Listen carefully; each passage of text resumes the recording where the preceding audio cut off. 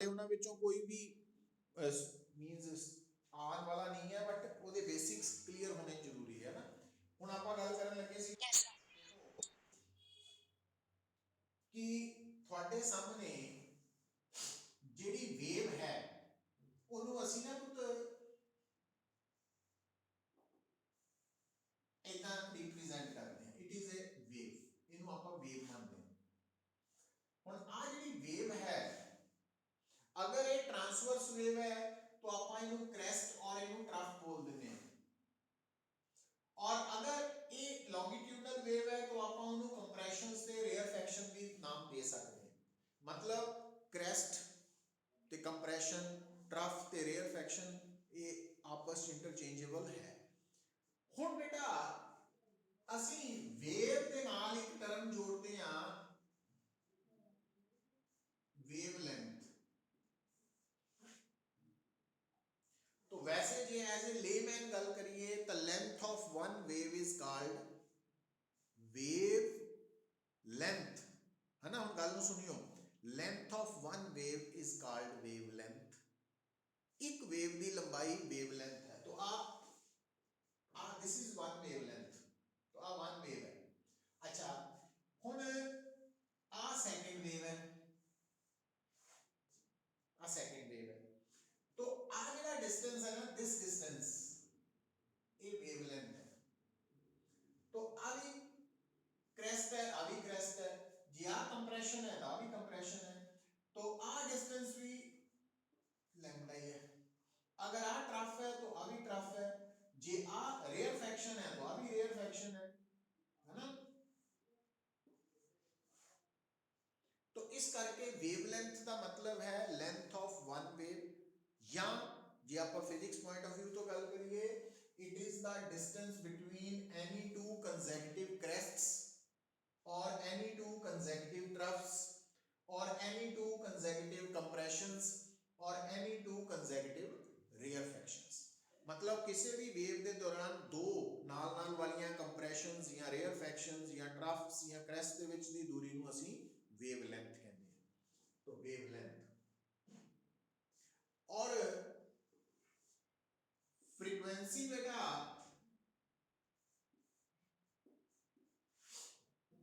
Frequency का की मतलब है। हुण देखो, हुण अगर मान लो तुहाडे कोल आ एक गिवन पॉइंट है, तो तुसी इस पॉइंट ते मान लो डिटेक्टर लगाया, वो डिटेक्टर की नोट कर रहा कि इस गिवन पॉइंट चों इन 1 सेकेंड, एक सेकेंड के अंदर नंबर ऑफ वेव्स कितनियां पास कर रही। तो मान लो इस गिवन पॉइंट चों एक सेकेंड च 2 वेव्स पास कीतियां, तो आप कहांगे कि वेव फ्रीक्वेंसी 2 हर्ट्ज है। जे 4 कीतियां तो 4 हर्ट्ज है, तो जे 10 कीतियां तो 10 हर्ट्ज है, एंड सो ऑन। तो फ्रीक्वेंसी का मतलब है number of waves passing through a given point in 1 second. तो एक सेकेंड के अंदर नंबर ऑफ वेव्स जिहड़ियां पास कर रही हैं, तो उन्होंने असीं फ्रीक्वेंसी बोलते हैं।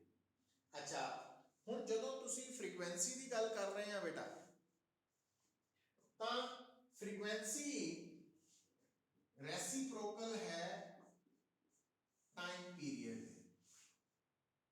टाइम पीरियड की है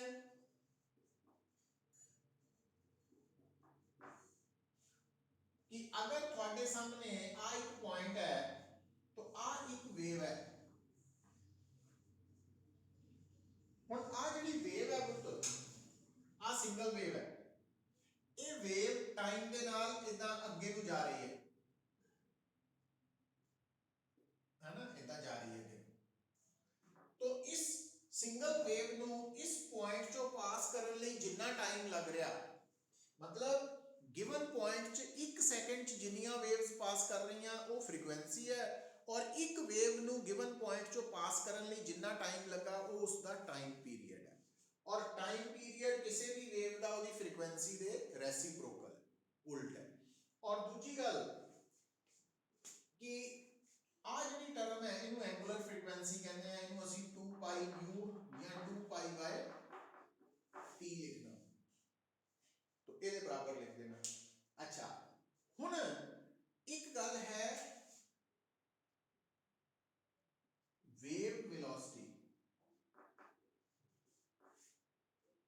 वेव वेलोसिटी का की मतलब है, वट इज वेव वेलोसिटी। हुण तुहानूं की दस्सिया सी पुत्र कि वेव मोशन का मतलब है transfer of energy and momentum without any transportation of matter with in a medium. Medium के अंदर एनर्जी ते मोमेंटम का अगे वधना उन्होंने असी कह दें वेव मोशन, बिना मैटर दे। हुण जिस स्पीड के नाल वेलोसिटी के नाल एनर्जी या मोमेंटम ट्रांसफर हो रहे हैं वो है वेव वेलोसिटी। तो वेव वेलोसिटी का मतलब है कि जिस स्पीड के नाल या वेलोसिटी के नाल एनर्जी ते मोमेंटम की ट्रांसफर हो रही है गिवन मीडियम चो, वो है वेव वेलोसिटी। और वेव वेलोसिटी दा संबंध वेवलेंथ और फ्रीक्वेंसी नाल कितना वा पुत्र। तो गल बड़ी सिंपल है। तो देखो आ जी वेव है तो यदी लेंथ है लैम्डा, वेव लेंथ। हुण ये जिहड़ी वेव है ये अगे बढ़ रही है, अगे नूं जा रही है। तो आ वाली वेव जदों इदां पहुंच गई, इत्थे आ गई, इत्थे पहुंच गई, तो असी कहना कि आ जिहड़ी वेव है वो पी पॉइंट चो पास कर गई। और हुणी मैं तुहानूं बोल के दस्सिया कि सिंगल वेव, कल्ली वेव गिवन पॉइंट चो लंघण लई जिन्ना टाइम लैंदी है वो है टाइम पीरियड, वो उसका टाइम पीरियड है। तो ਇਹਦਾ मतलब जे वेव इत्थे है और आह वेव इत्थे पहुंच जाए तो ਉਹਨੂੰ ਇੱਥੋਂ ਇੱਥੇ ਪਹੁੰਚਣ ਲਈ कितना टाइम लगा, टाइम पीरियड के बराबर। तो टाइम टेकन है टी। अच्छा, तो जो वेव इत्थों इत्थे पहुंच गई तो अगर आ वेव का स्टार्टिंग पॉइंट है तो आ लेंथ भी तो बेटा लैम्डा ही है। तो जो आ वाला स्टार्टिंग पॉइंट इत्थे आ गया तो इस स्टार्टिंग पॉइंट की डिस्प्लेसमेंट कितनी हुई, लैम्डा। तो ਇਹਦਾ मतलब जो वेव इत्थों इत्थे पहुंची तो वेव की डिस्प्लेसमेंट है लैम्डा के बराबर और टाइम टेकन है टाइम पीरियड के बराबर। ते डिस्प्लेसमेंट ओवर टाइम टेकन नु कहते हैं वेलोसिटी। तो ਇਹਦਾ मतलब वेव वेलोसिटी की हो गई डिस्प्लेसमेंट ओवर टाइम टेकन, पर 1 ओवर टी नु फ्रीक्वेंसी कहते हैं। तो ਇਹਦਾ मतलब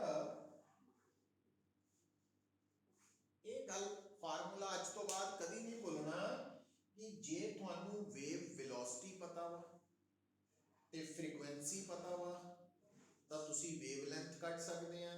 मतलब इन्हां तिन्नां विचों अगर तुहानू किसी भी वेव की वेव वेलोसिटी, वेवलेंथ ते फ्रीक्वेंसी चो दो चीज़ां पता तो तीसरी इस फार्मूला तो निकल आएगी। किसी भी तरह की वेव, चाहे वो मैकेनिकल ट्रांसवर्स है, चाहे लॉन्गिट्यूडनल है, चाहे वो नॉन मैकेनिकल वेव है, हर तरह की वेव लई ये रिलेशन है।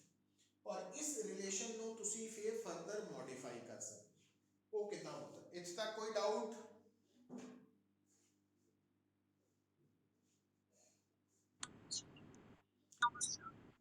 तो एक छोटे छोटे बट इंपॉर्टेंट कंसेप्ट्स है। देखो पुत्र ध्यान दियो, जिहड़ी वेवलेंथ है हुण जिद्दां ओमेगा है 2 पाई न्यू या 2 पाई ओवर टाइम पीरियड, उदां ही बेटा आपां ना वेव दे नाल एक टर्म यूज करते हां प्रोपोगेशन कांस्टेंट। हुण ध्यान रखना, तुहानूं दस्सिया होया फिजिक्स दे विच सब तो वड्डी प्रॉब्लम सिंबल्स दी है। तो यही सिंबल इसे ही यूनिट दे विच स्प्रिंग कांस्टेंट सी या फोर्स कांस्टेंट सी या स्टिफनेस कांस्टेंट सी, पर यही सिंबल वेव मोशन दे विच की है प्रोपोगेशन कांस्टेंट। और प्रोपोगेशन कांस्टेंट की वैल्यू आपां कितना कढनी है 2 पाई बाय लैम्डा। जिद्दां आपां एंगुलर फ्रीक्वेंसी की वैल्यू कढनी है 2 पाई न्यू तो, उदां ही 2 पाई बाय लैम्डा तो k की वैल्यू कढनी है। ये याद रखना है ना, ये दिमाग च बिठा लेना। अच्छा, हुण ही आपां गल करके हटे हां वेव वेलोसिटी दी।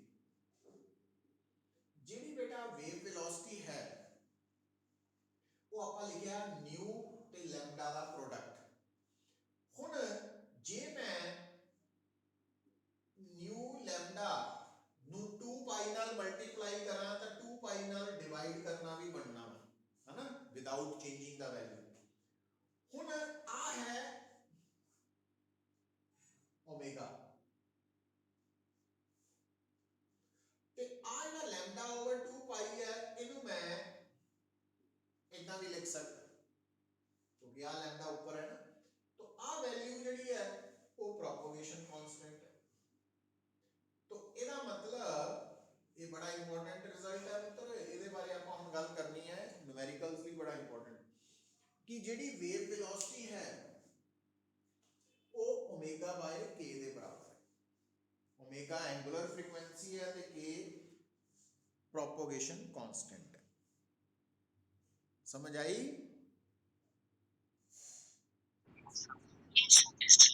ठीक है।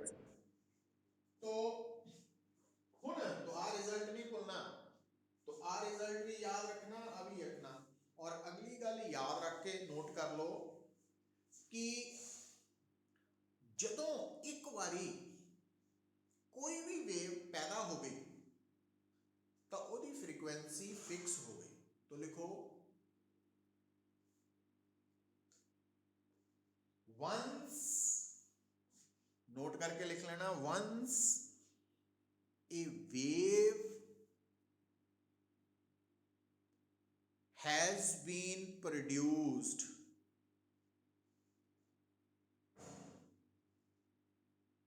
comma, its frequency would remain the same, its frequency would remain the same irrespective of the medium through which the wave is traveling।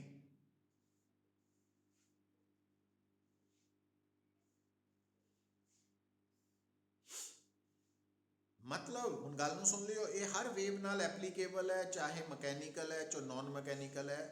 कि जिहड़ी वेव है ना पुत्र, हुण जिद्दां मान लो मैं एक साउंड वेव पैदा की 300 हर्ट्ज फ्रीक्वेंसी की, तो वो वेव चाहे एयर तो पानी तो सॉलिड च चला जाए, ਉਹਦੀ फ्रीक्वेंसी थ्रू आउट 300 हर्ट्ज ही रहनी है, वो चेंज नहीं करनी। But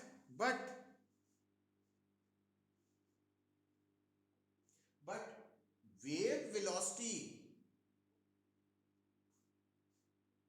of mechanical wave, wave velocity of mechanical wave depends on, wave velocity of mechanical wave depends on nature of medium, nature of medium according to this formula।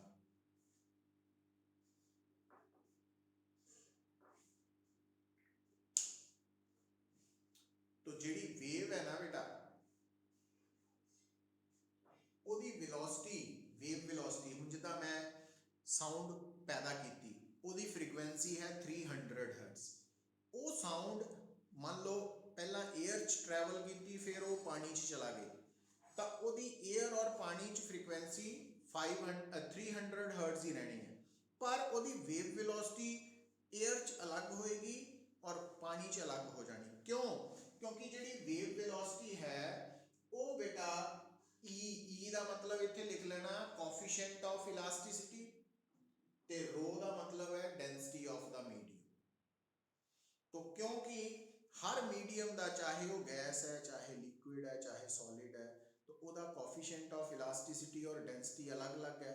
तो इस करके उस medium च ट्रैवल करने वाली wave की velocity भी अलग अलग। तो आ रिजल्ट लिख लेना।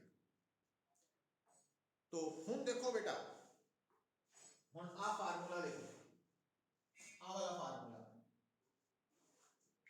हुण क्योंकि फ्रीक्वेंसी और वेवलेंथ का प्रोडक्ट v है, तो फ्रीक्वेंसी हो गई v बाय लैम्डा।